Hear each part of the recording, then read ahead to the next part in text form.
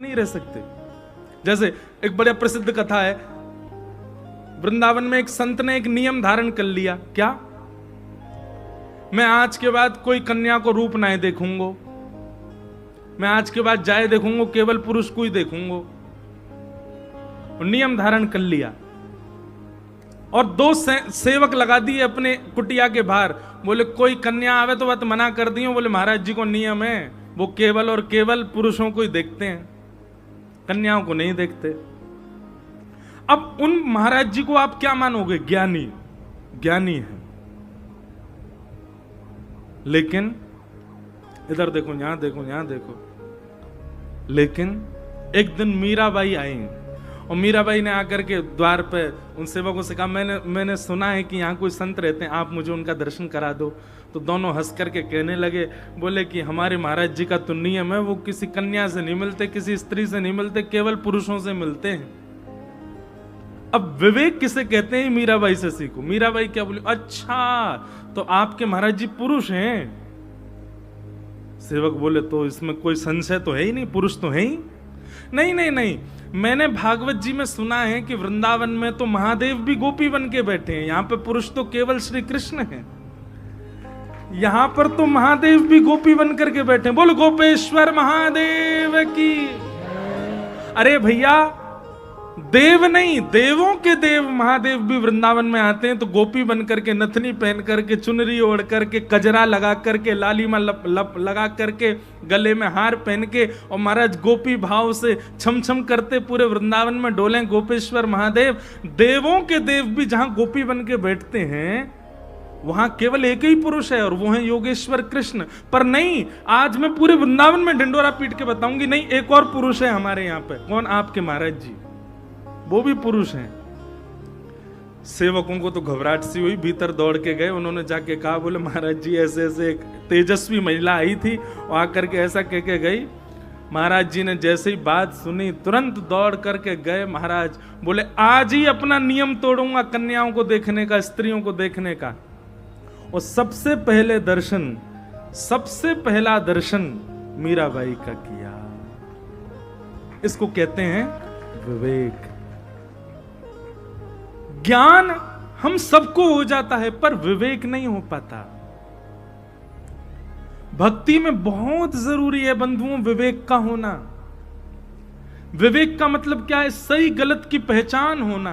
क्या उचित है, क्या अनुचित है, क्या सही है, क्या गलत है, ये पता लगना, ये बोध होना, इसी को विवेक कहते हैं। और जब तक विवेक युक्त नहीं होंगे तब तक भक्ति में कोई ना कोई बाधा आती रहेगी, आप प्रसन्न नहीं रह पाओगे। तो भक्ति के दो पुत्र हैं, ज्ञान और वैराग्य। तो सबसे पहले पुत्र का नाम ज्ञान, ज्ञान यानी कि विवेक, सही और गलत की पहचान, ये चित्त में लाना प्रारंभ करो। और दूसरे पुत्र का नाम है वैराग्य। वैराग्य का मतलब सब छोड़ देना नहीं है, वैराग्य का मतलब सब त्याग देना नहीं है। वैराग्य का मतलब है सबके बीच में रहते हुए भी किसी के प्रति आसक्त ना रहना, ये वैराग्य है। कई लोग कहते हैं महाराज जी हम प्याज नहीं छोड़ पा रहे। क्यों नहीं छोड़ पा रहे?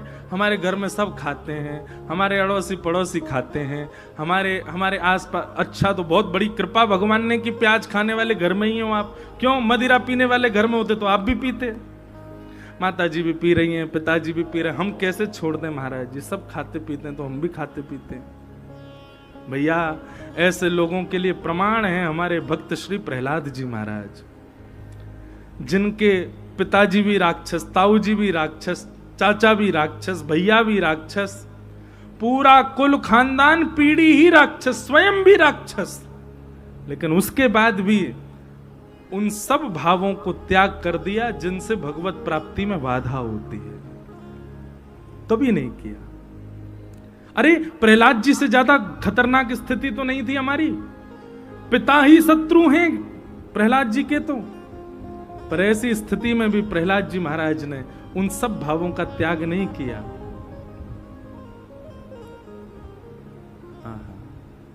बना करके हृदय में हम प्रेम मंदिर,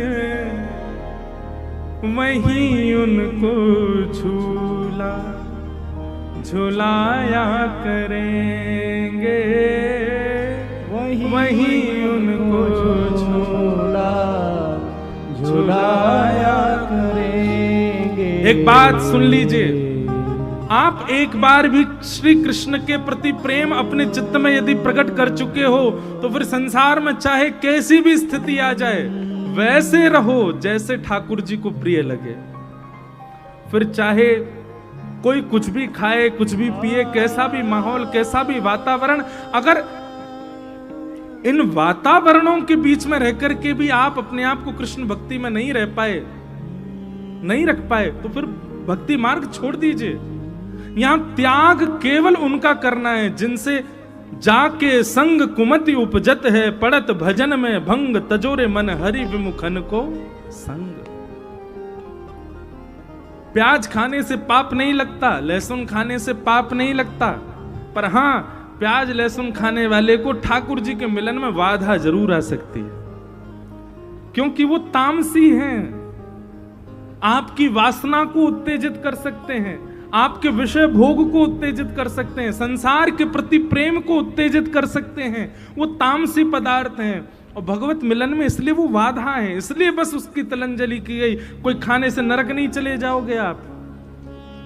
इसलिए भैया भक्ति के दूसरे पुत्र का नाम क्या है? वैराग्य। तो वैराग्य किन से करो? उन सब से कर लो जो भगवत मिलन में बाधा है। पता चले कि ऐसे व्यक्ति के संग बैठने से ठाकुर जी को अप्रसन्नता है तो नहीं बैठेंगे। पता चले कि ऐसे पदार्थ पाने से भगवत मिलन में बाधा है तो नहीं पाएंगे। अरे इतना नहीं कर सकते तो फिर छोड़ दीजिए भक्ति मार्ग को। हर जगह व्यक्ति सेक्रीफाइस करता है, रिलेशनशिप में सेक्रीफाइस बहुत जरूरी है, तो फिर ठाकुर जी से रिलेशनशिप में सेक्रीफाइस क्यों नहीं है? बस संसार से संबंध बनाओ, ओहो आपका संबंध टिकेगा तभी जब सेक्रीफाइस करोगे। भाई एक को तो करना पड़ेगा, और ठाकुर जी तो ना करवे वारे, ठाकुर जी सेक्रीफाइस नहीं करेंगे। वो पहले से ही बता रहे मैं तो त्रिभंग लली टेढ़ो मेढ़ो, मैं सेक्रीफाइस ना करूं तो करनो तो कर, मोह कौन सी गरज पड़े, मुंह पे कोई कमी थोड़ा ही है, मेरे तो हजारन भक्त हैं। सेक्रीफाइस तो करना पड़ेगा, इतना तो त्याग करना पड़ेगा। कन्हैया कन्हैया पुकारा करेंगे, लताओं में ब्रज की गुजारा करेंगे। कन्हैया कन्हैया पुकारा करेंगे, लताओं में ब्रज की करताल बजा के गा गुजारा करेंगे। कन्हैया कन्हैया पुकारा करेंगे, लताओं में ब्रज की गुजारा करेंगे। कन्हैया कन्हैया पुकारा करेंगे,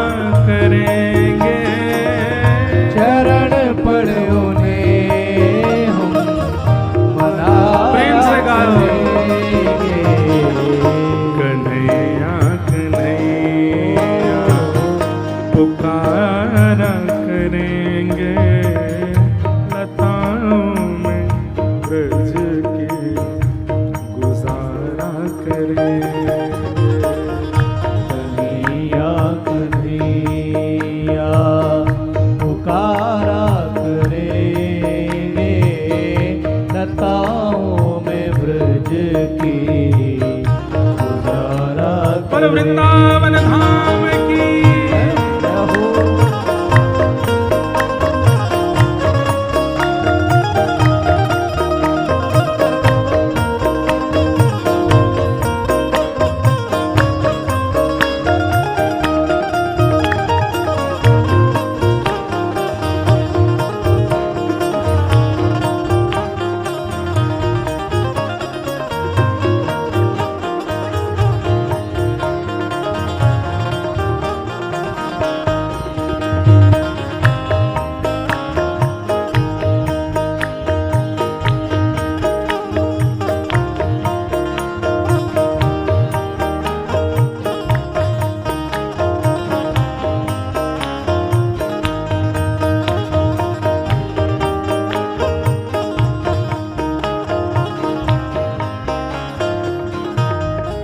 ये पंक्ति सब लोग मेरे साथ में उच्च स्वर में गाना।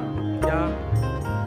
कहीं तो मिलेंगे वो बांके बिहारी, कहीं तो मिलेंगे वो बांके बिहारी, कहीं तो मिलेंगे राधा वल्लभ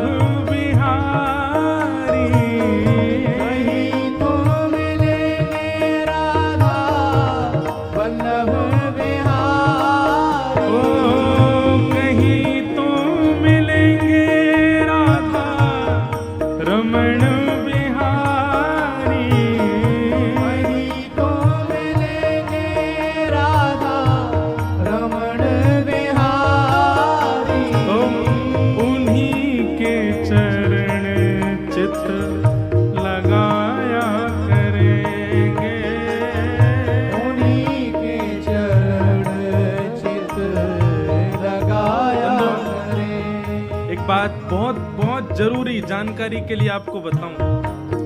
हम आप सब लोग कथा तो सुनते हैं, हम आप सब लोग भक्त तो बन गए, पर एक बात बताऊं, हमारे चित्त में ये विश्वास नहीं है कि ठाकुर जी हमको मिलेंगे। ये बात बिल्कुल फैक्ट बता रहे हैं हम लोगों को लगता है हाँ ठीक है, जितने दिन जी रहे हैं भजन कर लें, जितने दिन जी रहे हैं हम कथा सुन लें, वृंदावन चले जाएं। हमारे वृंदावन के पूज्य श्री मलुकपीठ वाले महाराज जी कहते हैं कि भैया भजन साधन नाम जप तिलक ये सब करते हो, कथा सुनते हो, तो एक विश्वास भी अपने चित्त में प्रगाढ़ करो कि ठाकुर जी मिलेंगे मिलेंगे मिलेंगे। और हमारी अंतिम श्वास आवे उससे पहले मिलना पड़ेगा ठाकुर जी को। आप जाके बिहारी जी से ये बात कहाँ करो, कोई बात नहीं, इस बार नहीं तो अगली बार कभी तो आप मिलोगे। आपको मिलना, उससे पहले मेरे प्राण नहीं जा सकते, ये विश्वास चित्त में प्रकट करो।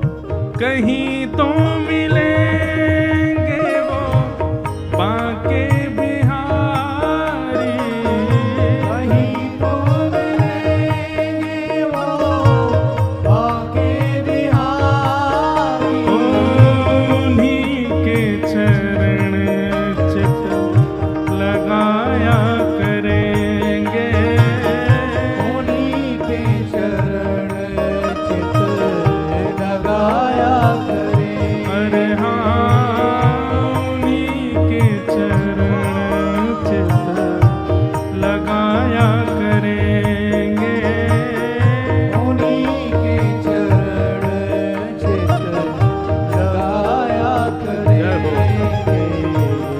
कन्हैया कन्हैया पुकारा करेंगे, लताओं में ब्रज की गुजारा करेंगे। कन्हैया कन्हैया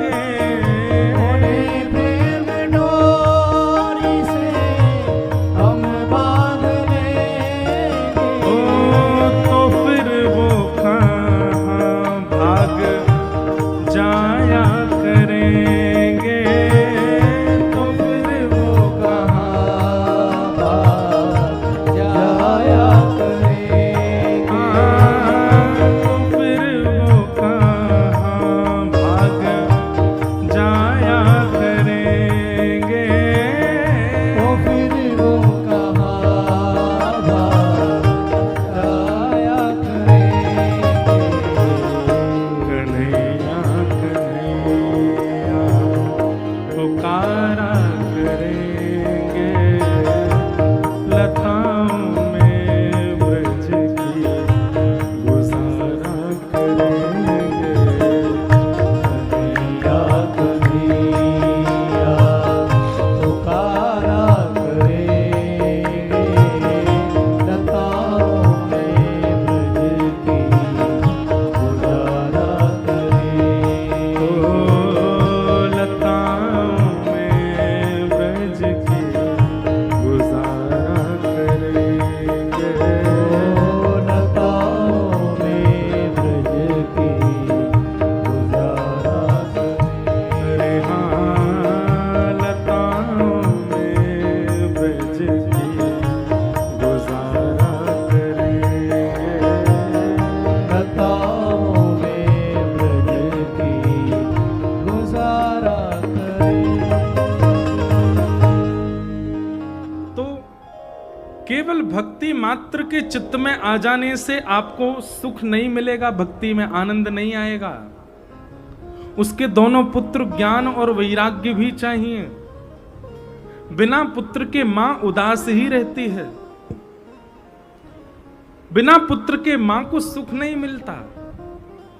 इसलिए ज्ञान यानी कि विवेक को चित्त में लाइए और वैराग्य के रूप में यह त्याग चित्त में लाओ कि जो भगवत मिलन में बाधा बने उसका त्याग करो। अभी प्रारंभ में अन्न से ही शुरू कर दो। उन वस्तुओं का त्याग करो जो भगवत मिलन में बाधा बने।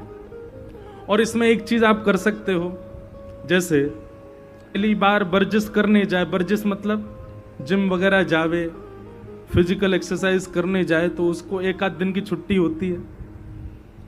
ऐसे स्कूल जाने वाले बच्चों को भी एक आध दिन की छुट्टी होती है, पर जब वो हायर क्लासेस में पहुंच जाते हैं फिर छुट्टी नहीं होती उनकी। ऐसी वर्जिश करने वाले भी थोड़े यूज टू हो जाते हैं, जिम करने वाले, एक्सरसाइज करने वाले यूज टू, फिर उनकी छुट्टी नहीं होती। ऐसी स्टार्टिंग डेज में कुछ दिन ऐसा कर लो, महीना में एक आध 2 दिन का चीट डे। वैसे तो ये छुट्टी वाला दिन भक्ति मार्ग में तो होता नहीं है, वो फिर भी कभी जब भी घर के कोई फंक्शन आदि में थोड़ा बहुत अगर आपको कुछ ऐसा खाना पड़े जैसे ये प्याज लहसुन आदि, तो एक आध बार की छुट्टी, पीने के लिए तो बिल्कुल छुट्टी नहीं है, उसके लिए नहीं छुट्टी मांगना। महाराज अगर आप नाम जप करते हैं, तिलक लगाते हैं, कंठी पहनते हैं और कहीं से भी आपने इस अपवित्र वस्तु का सेवन किया तो आपको पाप नहीं महापाप लगेगा। इसलिए भक्ति मार्ग में आने वाले तिलक कंठी आदि पहनने वालों को कम से कम मांस मदिरा तो देखनी भी नहीं चाहिए, उससे तो दूर ही रहो। इसके लिए एक आध 2 दिन छुट्टी हो जाए, पर भैया 1-2 महीना के नाम जब कथा श्रवण से आप ऐसे हो जाओगे कि मन में आएगी नहीं भावना। तो यहां से प्रारंभ करो, धीरे धीरे फिर स्वरूप में, संग में, सब में इस चीज को व्यवस्थित करने लग जाओ कि जो हरि विमुख करने वाले सबका त्याग। सूरदास जी कहते हैं, तजोरे मन हरि विमुखन को संग, जाके संग कुमति उपजत है, पड़त भजन में भंग। तजोरे मन हरि विमुखन को संग। गोस्वामी तुलसीदास जी महाराज की तो एक पंक्ति है, मेरे स्मरण में नहीं आ रही है, उसमें वो कहते हैं, ताते भले नरक के बासा, दुर्जनों का संग विधाता हमको कभी ना दे, उससे बढ़िया तो नरक का। कैसे है? दुष्ट संग जन दे विधाता। हाँ, ताते भले नरक को बासा। तो भैया अन्न से प्रारंभ करो और धीरे धीरे जन तक उसको ले जाओ। जो हरि विमुख करने वाले हैं उनका त्याग करो। तो ये 2 पुत्र हैं भक्ति के, ज्ञान और वैराग्य। इन दोनों को इस रूप से अपने चित्त में लाना प्रारंभ करो, आपकी भक्ति अपने आप आपको आनंद देने लगेगी, अपने आप आपको उत्साहित करने लगेगी। भक्ति के ये 2 पुत्र वृद्ध हो गए थे। नारद जी महाराज से प्रार्थना की। नारद जी ने कई संतों से पूछा कि कैसे भक्ति के ज्ञान वैराग्य पुत्र को युवा किया जाए। तब बद्रीनाथ जब वे पहुंचे तब वहां सनकादि ऋषियों ने कहा कि आप उनके नाम से भागवत की कथा कराओ। श्रीमद् भागवत की कथा भक्ति पुष्ट नहीं करती। भक्ति जिनके चित्त में होती है वही कथा में आते हैं। भक्ति बंधुओं सबके चित्त में होती है। भक्ति को प्रसन्न करने वाले उनके दो पुत्रों को भागवत जी प्रदान करती हैं, ज्ञान और वैराग्य। उनको पुष्ट करती है जो हमारे चित्त में वृद्ध हो गए। नारद जी महाराज सनकादि ऋषियों के पास गए। सनकादि ऋषियों ने बताया भागवत की कथा कराओ, उससे ज्ञान वैराग्य दोनों पुष्ट होंगे। तब भागवत की कथा नैमिषारण्य ऋषिकेश क्षेत्र में गंगाद्वार समीपे तु तटमानंद नामकम, ऋषिकेश में भागवत की कथा का क्रम रखा गया। अनेक ऋषि, अनेक देवता, सब गंधर्व जन आदि सब वहां पधारे और सनक सनंदन सनातन सनत कुमार ही वक्ता रूप में बैठे। भक्ति अपने दोनों पुत्रों के साथ जैसे ही वहां पहुंची, भक्ति सुतौ तौ तरणौ गृहीत्वा प्रेमैक रूपा सहसा विरासीत्, श्री कृष्ण गोविंद हरे मुरारे नाथेति नामानि मुहुर्वदन्ति। बहुत ध्यानपूर्वक सुनिएगा। सप्ताह कथा सुनने से आपके चित्त में ज्ञान और वैराग्य प्रकट हो जाएंगे, ज्ञान और वैराग्य युवा हो जाएंगे, पर कथा पूरी होते ही वो फिर वृद्ध होने लग जाएंगे। हमारा काम क्या है, व्यास का काम क्या है कि 7 दिन में श्रोताओं के चित्त में ज्ञान और वैराग्य को प्रकट करे, युवा करे। पर श्रोता का काम क्या है, 7 दिन बाद जब व्यास जी अपनी पोथी लेके चले जाएं, उसके बाद व्यास जी जैसा चित्त में करके गए कम से कम वैसा उसको बना के रखे। ये श्रोता का लक्षण है। केवल एक मैया को बात समझ में आई, वही ने ताली बजाइए।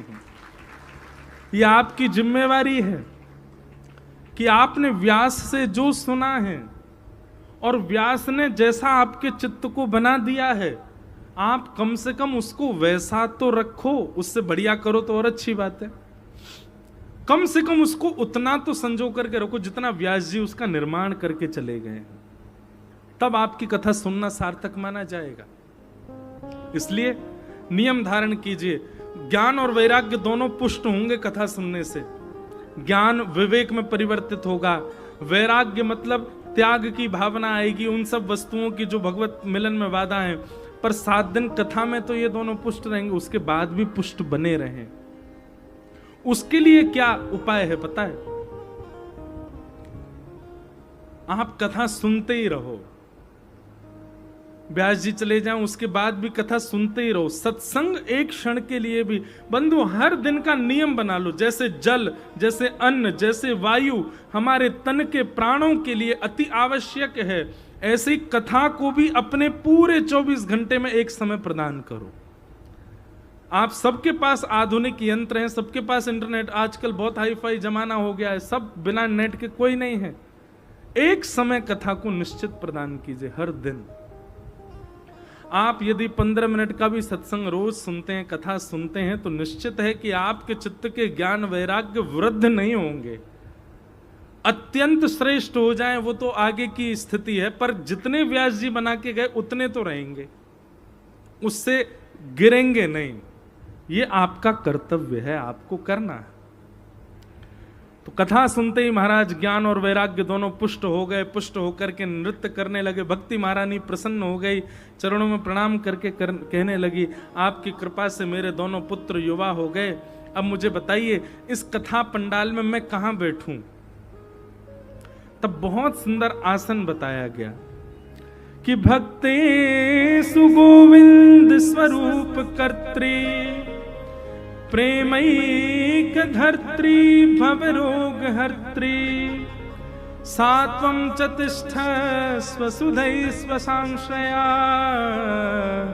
निरंतरम वैष्णव मानसानि। जितने भी वैष्णव कथा में आकर के बैठ गए हैं और एक चित्त होकर के, एक निष्ठ होकर के कथा श्रवण कर रहे हैं, नारद जी महाराज कहते हैं भक्ति महारानी आप इन सबके चित्त रूपी आसन पर जाकर के विराजमान हो जाओ। तो भक्ति महारानी श्रोता के चित्त रूपी आसन पर आकर के बैठ जाती है। पर जब श्रोता देखता है, भक्ति महारानी देखती है कि आसन बार बार डामाडोल हो रहा है, कभी इधर मन जा रहा है, कभी उधर मन जा रहा है, कभी उठता है, कभी बैठता है, कभी इधर देखता है, उधर देखता है, तुरंत वो समझ जाती हैं आसन उचित नहीं है, उसका त्याग कर देते हैं। इसलिए भक्ति महारानी पहले दिन ही आसन, आपके हृदय रूपी आसन पर बैठ गई हैं, उनको अनुकूलता प्रदान करो। क्यों हम बार बार कहते हैं सावधान ते श्रुणु, इधर सुनो, इधर देखो? क्यों? आप सावधानी से बैठोगे तो भक्ति जो आपके चित्त में बैठी है उसको अच्छा लगेगा, उसको अनुकूलता लगेगी। और जैसे ही आपका मन विचलित होता है इधर उधर और बार बार उठना बैठना ये सब में क्रिया, भक्ति महारानी तुरंत आसन का त्याग कर देती, बोले ये स्थिर नहीं है।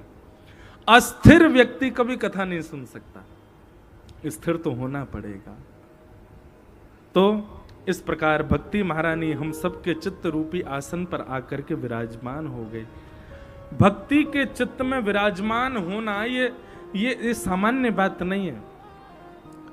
भक्ति का हमसे स्पर्श होना, अभी क्या होता है पता है? भक्ति का स्पर्श होता है हम लोगों को, हमारे चित्त में नहीं आती भक्ति। स्पर्श होता है इसलिए कुछ दिन के लिए वृंदावन अच्छा लगता है, स्पर्श होता है इसलिए कुछ दिन के लिए सेवा अच्छी लगती है, स्पर्श होता है इसलिए कुछ दिन के लिए भक्ति भाव अच्छा लगता है, और वही जब परिवर्तित हो जाता है पुनः संसारी बन जाते हैं, तो समझ जाना चाहिए स्पर्श था भक्ति का, भक्ति आई नहीं थी चित्त में। भक्ति चित्त में आ जाएगी तो चाहे दुनिया इधर उधर हो जाए, आपके हृदय का भाव नष्ट नहीं हो सकता। एक बार वृंदावन चले गए तो फिर बार बार जाएंगे, एक बार श्री किशोरी जी का आश्रय ले लिया तो बार बार लेने का इच्छा होगी, एक बार कथा सुन ली तो फिर उसके रसिक बन जाओगे, उसके आदी हो जाओगे। स्पर्श होगा तो एक आध बार में ही पूर्ति हो जानी है, पर यदि प्रवेश होगा तो बार बार सनई सनई मन होगा बार बार जाने का।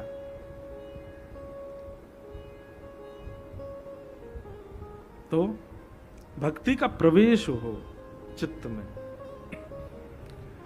यहां भागवत जी के महात्म्य में एक श्लोक बहुत सुंदर कहा गया, सकल भुवन मध्य निर्धनास्ते धन्या निवसत हृदयेषां श्री हरिर्भक्तिरेका हरिरपि निजलोकं सर्वथा तो विहाय प्रविशत हृदय तेषां भक्ति सूत्रोपनद्ध। बहुत सुंदर बात, सब लोग सावधानी से सुनो। रेलगाड़ी में सबसे आगे क्या होता है? इंजन, उसके पीछे डिब्बा होते हैं, और सबसे पीछे, अब तो नहीं होता पर पहले अब छोटे थे तब देखा था, उसमें वो एक कमरा सा होता था, उसमें वो झंडा दिखाने वाले खड़े रहते, क्या बोलते हैं उनको? गार्ड। हाँ, गार्ड रूम होता था। तो भले ही इंजन आगे हो, पर गार्ड के हाथ में जिस कलर का झंडा होगा उससे ही पूरी ट्रेन चलती है, होता है ना? गार्ड रूम कभी भी ट्रेन के बीच में नहीं होता था, आगे नहीं पीछे ही होता है। बहुत ध्यानपूर्वक सुनिएगा। हम सबका जीवन किससे चलता है? लक्ष्मी। हम भोजन कर रहे हैं, खा रहे हैं, पी रहे हैं, सब कुछ हमारा लक्ष्मी से ही चलता है, उसके हाथ में कंट्रोल होता है। लक्ष्मी चाहे तो हमको बड़े महलों में रुकवा दे, और लक्ष्मी चाहे तो रोड पर ले आवे, गार्ड रूम की तरह। पर अभी हमारी ट्रेन चल क्यों नहीं रही है पता है? हमको लगा कि भाई इसके झंडा दिखाने से ही ट्रेन चलती रुकती, तो हमने क्या किया, अपने जीवन रूपी रेलगाड़ी में गार्ड रूम को सबसे आगे खड़ा कर दिया। सबसे आगे गार्ड रूम है, लक्ष्मी को आगे हमने रख दिया है, और उसके पीछे हम लोग दौड़ रहे हैं। यही चाहिए, यही चाहिए, यही सर्व विधाता, यही हमारी जीवन धात्री है, यही हमारे सर्वस्व है। और इंजन यानी कि भक्ति, उसको हमने पीछे कर दिया है।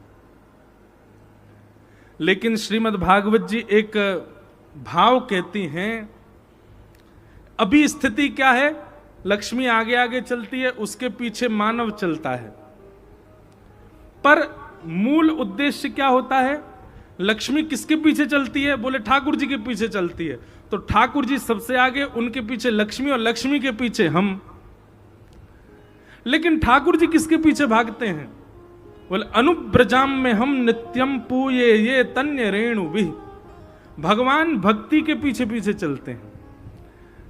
तो भागवत जी कहती हैं, व्यक्ति जब लक्ष्मी जी का आश्रय त्याग भक्ति महारानी के पीछे चलने लग जाता है, तो पहले हमारा स्टेटस क्या था? सबसे आगे भक्ति, भक्ति के पीछे ठाकुर जी, ठाकुर जी के पीछे लक्ष्मी, लक्ष्मी के पीछे हम। और जब हम कथा आदि सुनने के बाद भक्ति के पीछे चलने लग जाते हैं, तो क्या स्थिति होती है? सबसे आगे भक्ति, भक्ति के पीछे भक्त, और भक्त के पीछे भगवान, भगवान के पीछे लक्ष्मी। अभी स्थिति क्या है भैया? एक बात लिख लीजिएगा, ठाकुर जी के पीछे नहीं दौड़ना है। भक्ति का मतलब ठाकुर जी के पीछे दौड़ना नहीं होता। भक्ति तो तब श्रेष्ठ जानो ठाकुर जी पीछे पीछे दौड़ रहे हैं, ठाकुर जी पीछे पीछे चल रहे हैं। एक हम पद गाते हैं ना, जहां ले चलोगे वहीं मैं चलूं। ये प्रारंभिक भक्ति है, ये प्रारंभिक भक्ति, स्टार्टिंग भक्ति में हमको ऐसा कहना है ठाकुर जी से कि आप जहां ले चलोगे वहां हम चलेंगे, जहां नाथ रख दोगे वहीं मैं रहूंगा। लेकिन जब भक्ति अपनी चरम स्थिति पर पहुंच जाएगी तो ये पद हम नहीं गाएंगे, ठाकुर जी हमसे कहेंगे, तू जहां ले चले गो वहीं मैं चलूं। कहने में थोड़ी अटपटी बात है, पर वास्तविकता यही है कि हम ठाकुर जी के अधीन रहें तो समझो भक्ति अभी निम्न है, और ठाकुर जी हमारे अधीन है जाए तो समझ जाओ भक्ति अब श्रेष्ठ है। भक्ति अपनी अब स्थिति में। हमारे ब्रज के रसिक जन और जिन जिन भक्तों के आप चरित्र सुनते हो, इन्होंने ठाकुर जी की अधीनता से प्रारंभ किया, पर एक स्थिति ऐसी आ गई कि ठाकुर जी इनके अधीन हो गए, ठाकुर जी उनके अधीन रहने लगे। भैया अपने आप को इतना श्रेष्ठ बना लो भक्ति मार्ग में, अपने आप को ऐसा कर लो कि ठाकुर जी आपके बिना रह ही नहीं पावे। ठाकुर जी कहें मुंह को तो जैसो तैसो रखेगो, मैं तो यही के संग ही रहूंगा, मैं याद छोड़ के कहीं ना जाऊंगा। अभी स्थिति पता है क्या है? हम ठाकुर जी को पकड़ते हैं और ठाकुर जी को हम छोड़ देते हैं।